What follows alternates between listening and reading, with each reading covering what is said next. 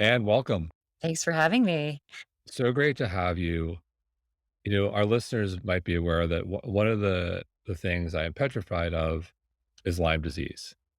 And number two on that list is toxic mold. And that's gonna that's what we're gonna talk about today. Well, and I'm so happy to increase the awareness on this topic because so many people don't realize that's the root cause of their illness. So I'm really happy to help your audience sort that out. How common is toxic mold? Yeah, it's so much more common than I ever would have thought. Gluten sensitivity and celiac disease are so much more common than the traditional thinking. Unfortunately, with the way that the building codes have gone in the last 20 years, we are, to be, well, really even 30 years, to be more energy conscious. A lot of times we're creating an ideal environment for mold to grow. And then a lot of the incoming materials to even create our homes with mold spores in them. So all they need is a little bit of moisture and they're off and running and creating their families. So it sounds like it's becoming more common, and your hypothesis is it's because of the materials we're now using to build. Is that correct? Right. So the combination of the materials and the way that we're building houses very tight, keeping the moisture in, not letting houses breathe. And then a lot of condensation happens in air conditioning systems. And then unfortunately, the quality of the homes, the workmanship, especially here in Central Texas, but I'm seeing it across the country and my patients wherever they are, building a home is a craft and a lot of times that whole craft of like how the flashings get installed for the windows and the chimneys and the really making sure that all the pipes are sealed and that the drainage is going properly around the house and not into the house. So it's a lot of different aspects of just really paying attention to the quality of the building as well. So how does the layperson go about understanding if mold is present? How do we go about I'm not a contractor. I love architecture. Me But too. how does the average person go about that process? Yeah, it's very there's some pretty intricate details to pay attention to because a lot of times people will seek out, have the person who's looking at their AC units get weigh in or the plumber coming in. And I think a lot of times these trades are so used to seeing mold that they'll dismiss the concern that people have when they're reaching out. So, and then even a lot of the mold inspectors, they're not using the latest technology in testing. They're doing the old fashioned air testing where a lot of the spores and a lot of the mycotoxins are not going to show up in those samples. So there are time and place to do the air sampling, but most of the time the best way to get an answer on is there mold in my building is to do a wipe and actually get dust and then check it both for the DNA of the organisms. A lot of times it's called an ERMI test, but we're not really interested in the ERMI score because a lot of times that's an algorithm that the results are run through.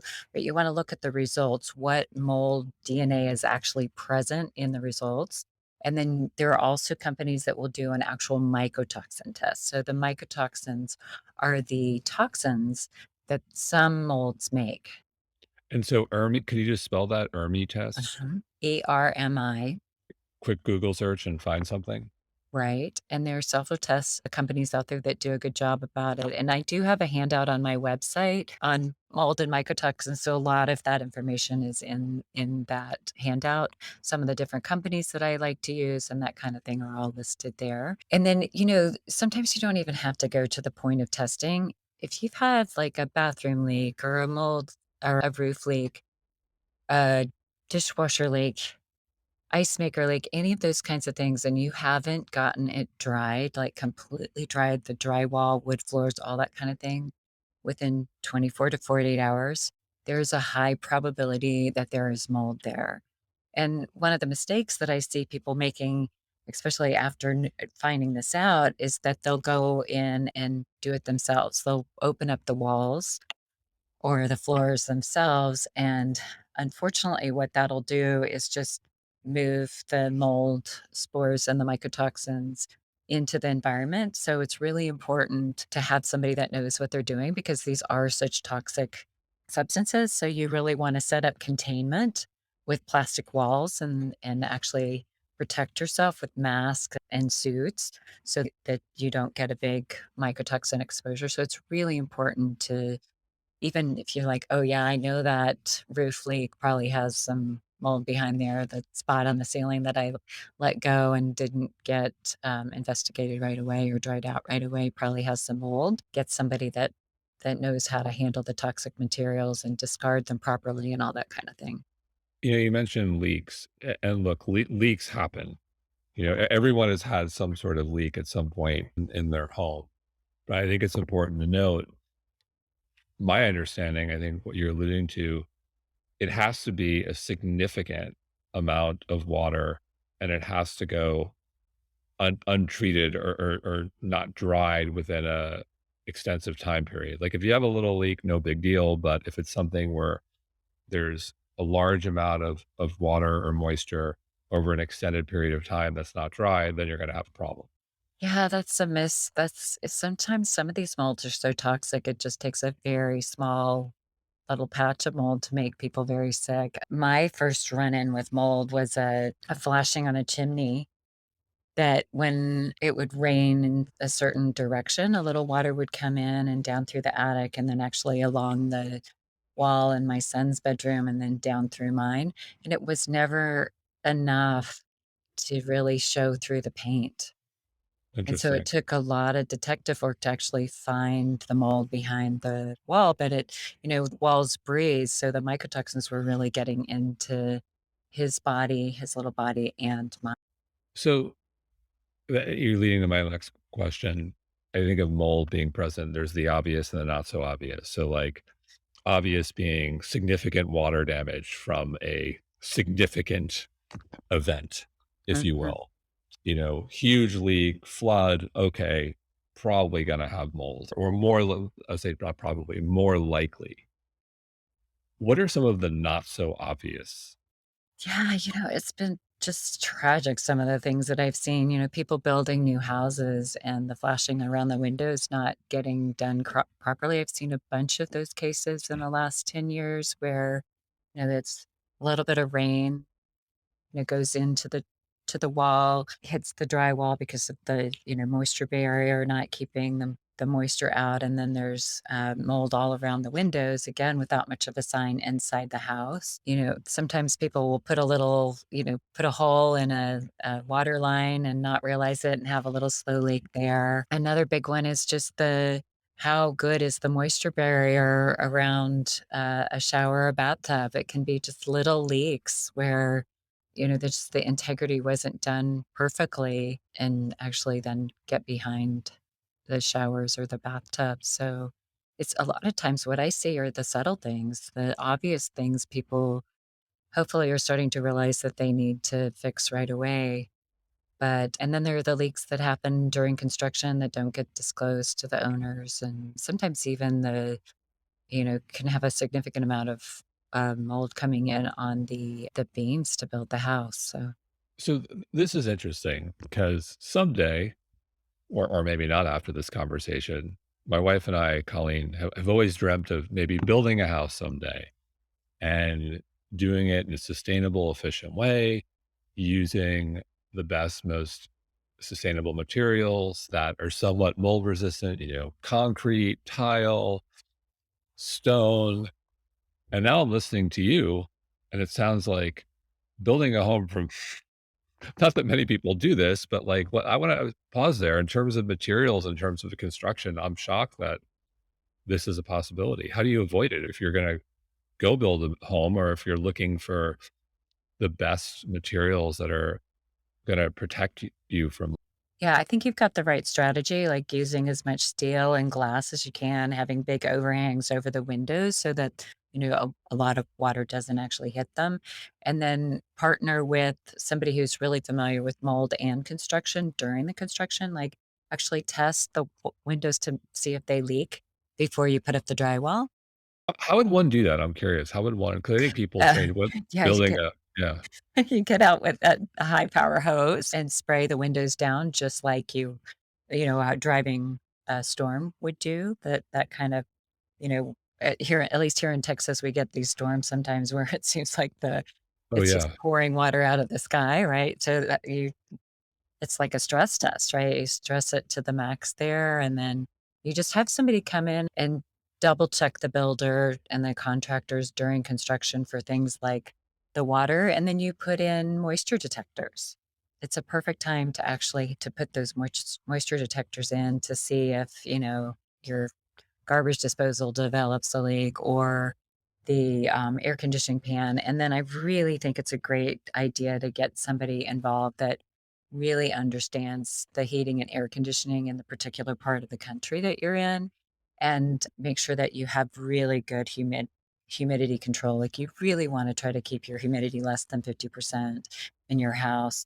And here I'm going to just kind of segue a little bit. I one of my best friends who knows where I stand on mold, happened to mention to me that she was gonna leave her AC off when she was leaving her house for a couple months this summer, and that's a huge mistake, like, she was just trying to be energy conservation, but in the type of heat and humidity that we have in Texas especially, she was gonna end up with a huge mold problem when she got home, so it's not just even you know, having the construction done really well and monitoring the humidity and keeping the humidity as low as possible that's comfortable for you, but then don't do something silly like turn off the AC or turn it so high up that the humidity is going to run high and the temperature is going to be high because mold can really grow on about anything if the spores are there when it gets that hot and humid in a closed environment.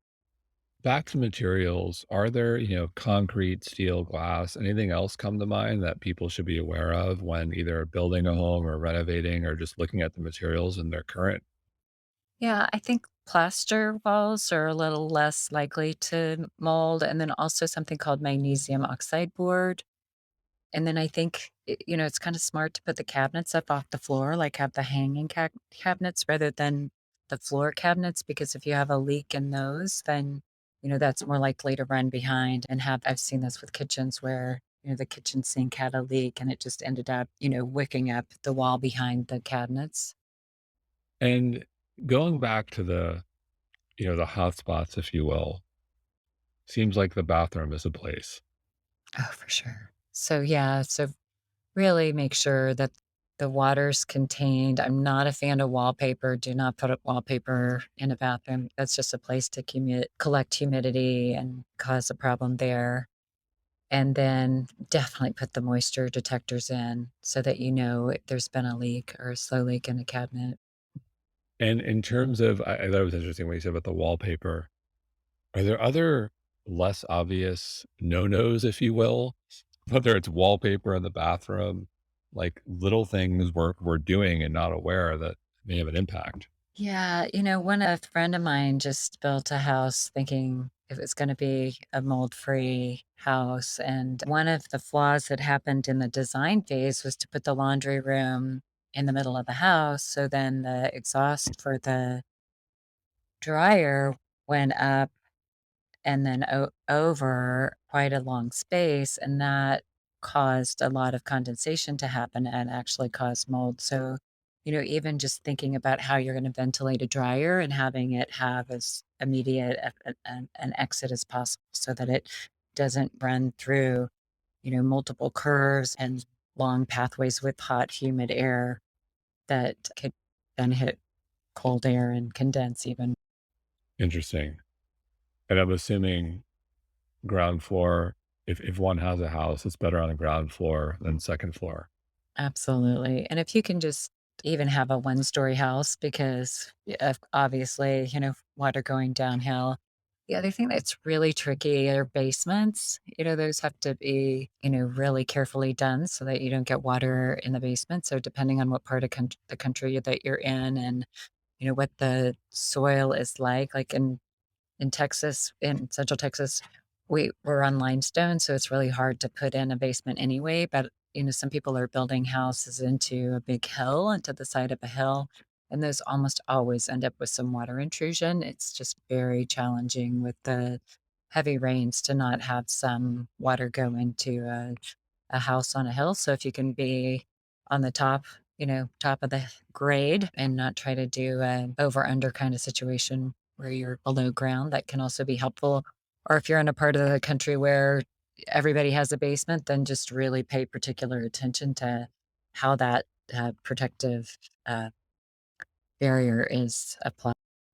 So basement makes total sense. With that in mind, would one be better off living in a home that were, let's just say, on flat land, but slightly elevated off the ground by like a foot or two, rather than being right on top of the ground? Absolutely. And then how do you think about some of the sustainable practices if they play a role in this at all? Like geothermal, a lot of people are excited about where they drill all the way down and use the, I'm gonna like botch the scientific explanation of this, but they use the heating and cooling of the earth as a more sustainable practice to heat and cool their house. Like, is that something that plays a role in this? I love that idea, especially since I kind of had some climate change conversations in my awareness lately. I haven't had anybody who's had the opportunity to build a house that's done that, so I don't really know enough about it to, relate that to it. Does that increase your risk for mold or not? So I'm not sure, but that would definitely be before embarking on that, I think it would be good to get somebody who has had some familiarity with that and also some familiarity with mold to see if there's anything that would need to be, I can imagine if you have, some of the soils that allow for more shifting in the foundation, there could be some risks with, with leaks and that kind of thing in the foundation. I just had somebody who had an issue just with some leaking in their foundation, so I'd be very careful about that in certain soil. Interesting. And so we spent time talking about Texas and also Florida, those warmer climates, but you also started off by saying this is not exclusive to parts of the country that are warm. So let's talk about that. Like this is, where are you finding mold? Where are you seeing? Coast to coast, I've got patients in New York and Connecticut that have had problems, California, Chicago, it's been all around the country, and a lot of it comes back to the building practices and then people's awareness. Like, if I could have a Super Bowl commercial, like, "Just give me 60 seconds so I can just educate everybody that you really have to get these leaks dried immediately, even if they seem like they're little leaks, 24 to 48 hours, you have to get fans and dehumidifiers in, or it's highly likely that you're gonna end up with mold and then desiccated mycotoxins that are getting into the air and then, breathing into the human body. And then all these harsh weather issues that we've been having where, I think pretty much every part of the country now has had some major storms, and it's a stress test for the house, and water will find its way in, unfortunately. So a lot of times those, low grade chronic water exposures will just build, a little bit of mold and then a little bit more mold the next time, turn into a big. So you mentioned a little bit of mold. Is a little bit of mold okay? Like how much is too much? Is a Yeah. little, just okay or no? So it really depends on the type of mold. Like some molds, I just think of that they're allergy and nuisances, and it's to be expected.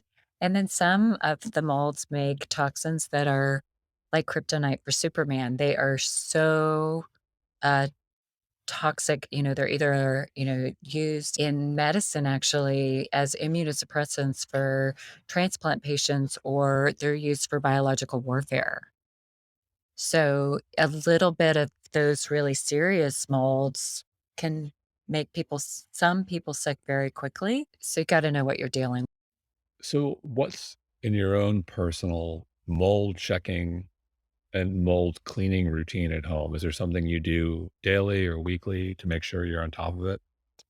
Yeah, it's an interesting dilemma. I end up having an inspector come in, I would say on average, like, once a year, just to make sure I haven't missed anything, and then if I get worried, I'll just do one of the wipes that I can do myself, and then I'm on I'm looking under the sinks, watching for the obvious hidden things. Right now, I live in a high rise, and I'm not sure I'd recommend that because there've been 4 major leaks in the building that I've been in in the last year.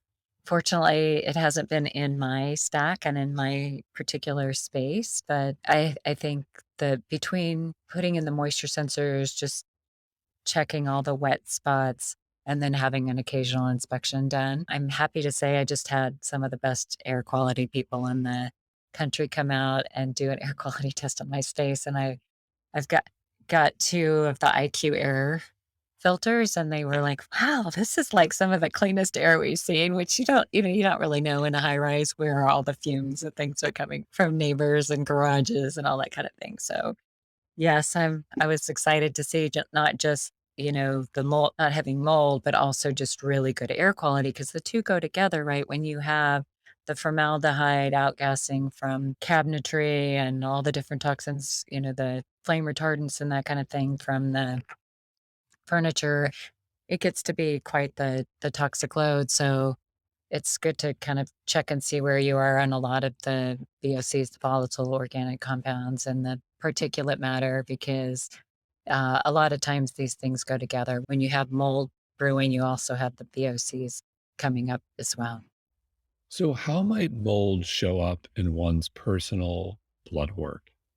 Unfortunately, unless you specifically test for mycotoxins, it doesn't show up easily. So just, the common screenings that people do will not detect it. And then different people have, different responses. So, some people, the mold exposure might just start to throw their hormones out of balance, and another person might have some low white blood cells or low platelets. Some people's autoimmune disorders might get triggered. So you can see, when I look at people's very comprehensive blood work, I can start to see things that it might make me suspicious of looking for mycotoxins then in the people. Some people will use antibody levels. So if their antibodies to particular molds are elevated, then they might be suspicious that they're having an exposure, but that's not necessarily a perfect correlation. Got it. So, going back, I'm gonna come back to the bathroom because to me, everyone has a bathroom. Hopefully. Everyone's got a Right. bathroom. That's where water flow is, and it's a Mhm. hot spot. Is there any, how should one, the shower? How should we clean the shower? Yeah, that's a really good question. So if you got a lot of mildew forming, it's kind of suspicious that you could have a problem with the humidity control in the bathroom. So then I would get to work on how do I, get lower humidity there? Do I need to run fan better, or do I need better humidity control in my house in general? So I'd start there because you shouldn't have ongoing mildew. So that's a big problem. I know people are probably like, "Oh my god, what'd she say?" But if you got mildew, get to work on lowering the humidity.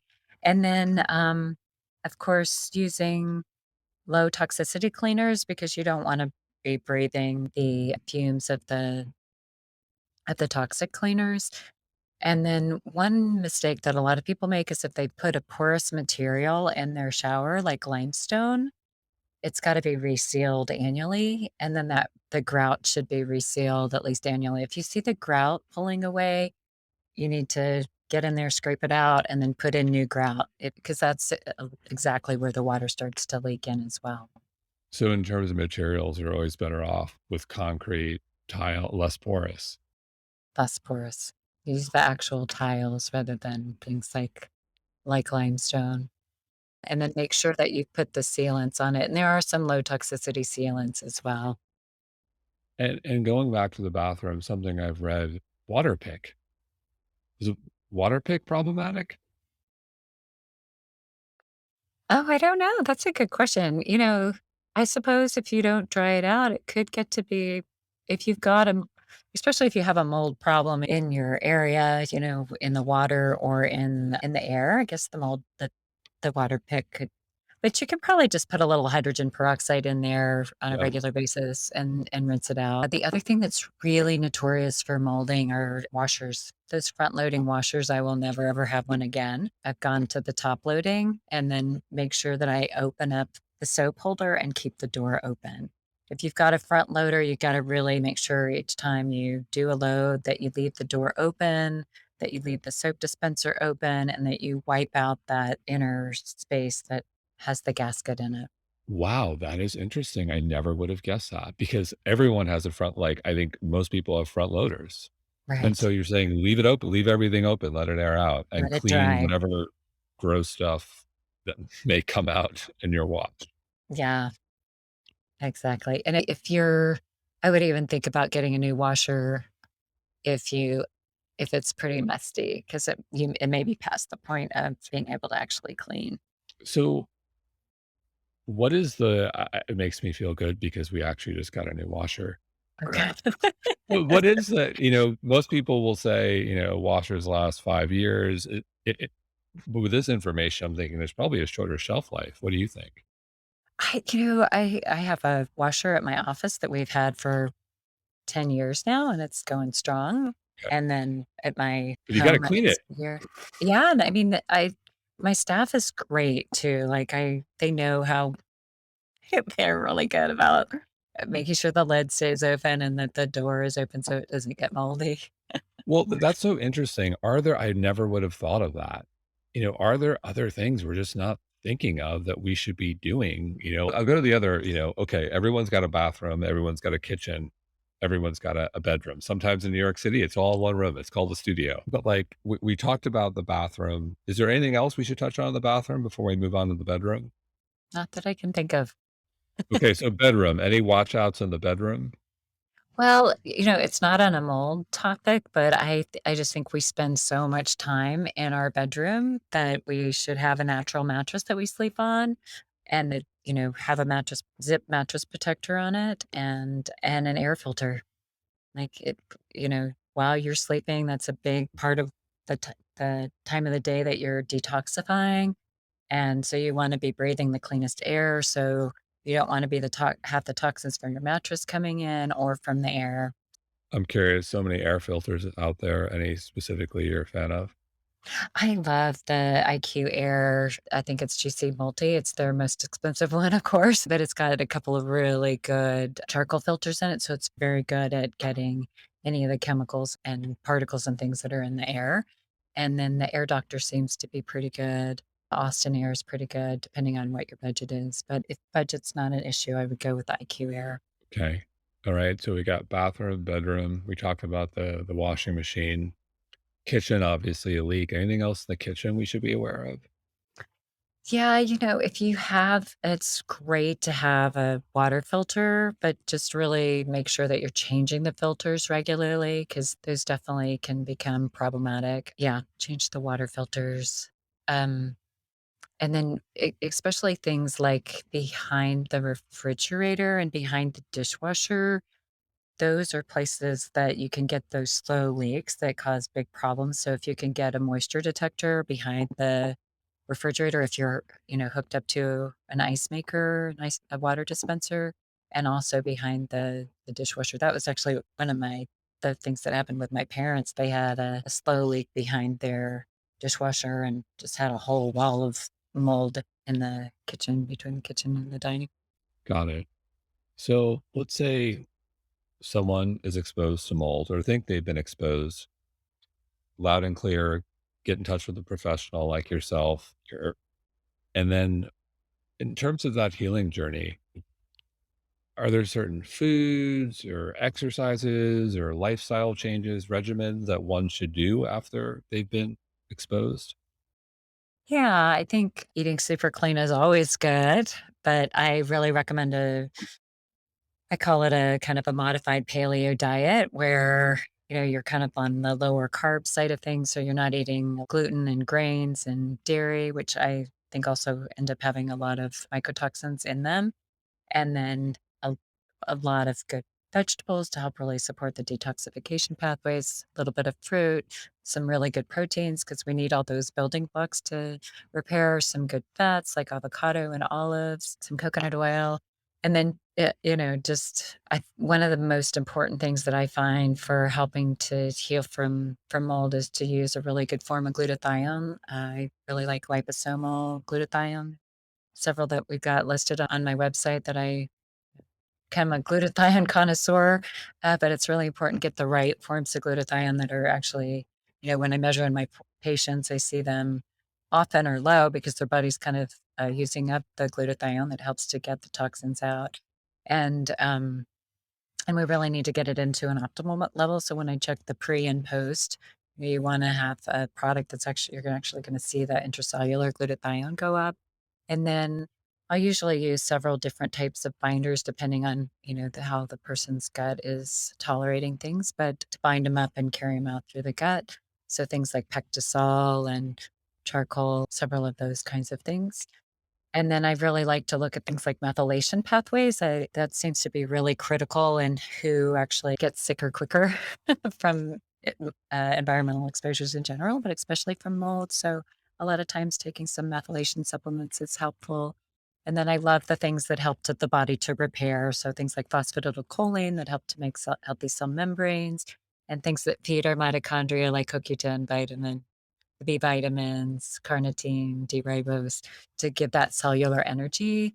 And then depending on how sick somebody is, we might add in things like infrared saunas and hyperbaric. And there's some clay and herbal baths that I like to kind of use the skin and do lymphatic massage and acupuncture. Like they're, depending on again what people's budgets are. There's some IVs that I love with the IV phosphatidylcholine and NAD. But a lot of people can get better, just by having a clean diet and getting out of the mold exposure, really lowering the environmental toxins that they're being exposed to on a day-to-day basis.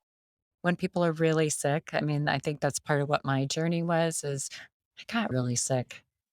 And it helped me to learn that even when you have some pretty severe neurological injury going on and autoimmune conditions flared, that it's possible to heal, just fully heal and maybe even be better than when you started because you figured out some of your glitches and how your body works. Yeah, talk about your personal story. I think it's powerful and like that process, how long it was for you and your journey to being one of the go-tos in terms of helping people who are dealing with mold.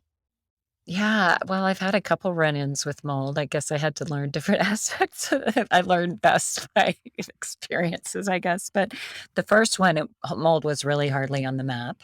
I had gone to an environmental health conference that Dr. Ray had put on, and they were just kind of introducing the topic. It was the first time I even had heard that mold could do something other than cause an infection or, cause allergies. And a few months later, I was like, "Oh my gosh, I've been missing this in my patients," starting to learn how to test for it. And then that's when that flashing was going awry in my house, and both my son and I were starting to experience some symptoms from it. So I just started getting more and more tired. Like by Monday morning, I was like, "How am I going to get through my day?" My hair was falling out all over the place. And I had so much just generalized pain in my body that it was hard for my kids to even hug me. And then the scariest thing was that I started to lose the strength in my right arm. So just even like holding a full glass to drink, sometimes it would slip out of my hand. And so I got really lucky and that I have a patient who had really helped. And I was sitting with her, and this is the woo side of me, hardcore scientist, but also, highly believe in the power of intuition and the power of love. So I had this patient that had really helped, and she, loved me so much that she got the intuition that I was sick, even though I thought I had it all together in that appointment. Like, I didn't think she could tell that I was sick. And when we were finished with her appointment, she leaned over the table. She's this beautiful little woman, and she's like, "Dr. Shippy, I can tell you're sick, and I think you have toxic mold in your house. When you get off work, I'm gonna come to your house, when you get off." Like, she was insistent. It wasn't, "Would you like me to?" or "Would it be okay?" She's like, "I'm coming." And she's able to sense when mold is present. So she came to my house and she walked in, and a few minutes later, she's like, "I can tell you have mold in your house and you have chitomium." So chitomium makes something called chitoglobocin that's a very serious neurotoxin. And, she's like, "Don't take any of your belongings, get your kids, and don't come back," kind of thing. and don't take very much, don't take very much with you. And so I followed those instructions, and within a couple weeks, I started feeling better and really started learning more about my detox pathways. And it took multiple rounds of testing the house because I didn't know the right, I started out with the plates, which really don't tell you much at all. And then finally got to the point where I learned about the ERMI testing and got enough samples that we finally caught the Chitomium. She was exactly right. And so unfortunately with Chitomium, it grows these little claws into things, so literally. So it's very difficult to clean. Some of the molds you can clean things with the HEPA and that kind of thing, but I ended up not being able to keep many of my clothes or shoes or furniture, those kinds of things that are hard to get the little claws out of there. And the amazing thing was, I kind of also believe that part of why my body started, breaking down and screaming out was because my son was getting sick. And that kind of mother's instinct. I didn't really know what was going on with him, and within a few months, he was so much better too. Wow. Let's close on food. My favorite topic. Always a big topic. How should we be thinking about molds and foods? Molds everywhere. Mold can be present in food. How do you think about food and how we should be looking at our grocery cart, if you will, with the lens of mold and under the lens of food and mold? Yeah, it's for me, it can be important, but usually it's like the way that the body processes the mold in food isn't as significant as when we breathe it in and the mycotoxins in the air. That being said, some of the, moldiest foods are the grains. I find a lot of people do better off grains, and some of it may be because of the mycotoxin levels in the grains, in addition to all the pesticides and fumigants and things that are used in the grains. So I love a grain-free diet for many reasons. The next thing that's really a great thing to be aware of is how much mold can be in coffee. And so some of the brands are really starting to check each batch for how much which mold is in the coffee and not sell the one, really curate the low mold coffee. And so if you're a coffee drinker, I think it's a really good idea to support the brands that are putting the extra attention into feeding you mold in your coffee. I love my friend Dave Asprey's new Danger Coffee. So kudos to Dave. Yes, very excited about that new brand. I get to see Dave today, actually. Oh, really? Yeah. Yeah, He's I'll in tell him. Austin? I'll tell him you said Tell him I hi. said hello and I just plugged Danger Coffee. He'll be 'Cause it so really is excited. great. I buy it. Dave It can look is in great. Shopify. I buy Danger Coffee. And that's great because you're getting low toxicity coffee. Good job. And then one of the things also is chocolate. That's one of the things that I love is dark chocolate. And I could unfortunately, I think, some brands do better than others with that, and I'll get a little warning sign from some of them. So, Okay, so we gotta stay on chocolate for a sec. If we're gonna close on chocolate because no one everyone loves some good chocolate. Are there some brands you like in terms of chocolate? I love the Hue brand, Love HU. them. Yeah, the Yes. Carp family, they're in Austin too. My favorite Yeah. people are in Austin. Yeah, Well, see, now maybe you need to change your plans and come to Austin. yeah. Still love Austin. We'll visit, just not we'll always visit. Yeah. I guess I just have to Hue is the one that I can consistently eat and not feel the inflammation come up in my body. I think because I've been through the mold exposure multiple times and have gotten my, levels down, that if I get a little uptick, my body lets me know. And so I just feel more inflammation about my body. And I think I'll stick to that one because I love their premise with it being organic and not loading it with sugar and all the delicious flavors that they have. Well, I love it. We'll close there with 2 of my favorite brands. I'll have my Hue chocolate gems and my coffee from Dave Asprey's Danger Coffee. And thank you so much. Oh, thank you so much for getting the awareness out on this. I think it's so important for people to consider this both as a preventive, like really make sure you don't get yourself in trouble. And then if you're having any health issue, consider whether you've got a mold exposure.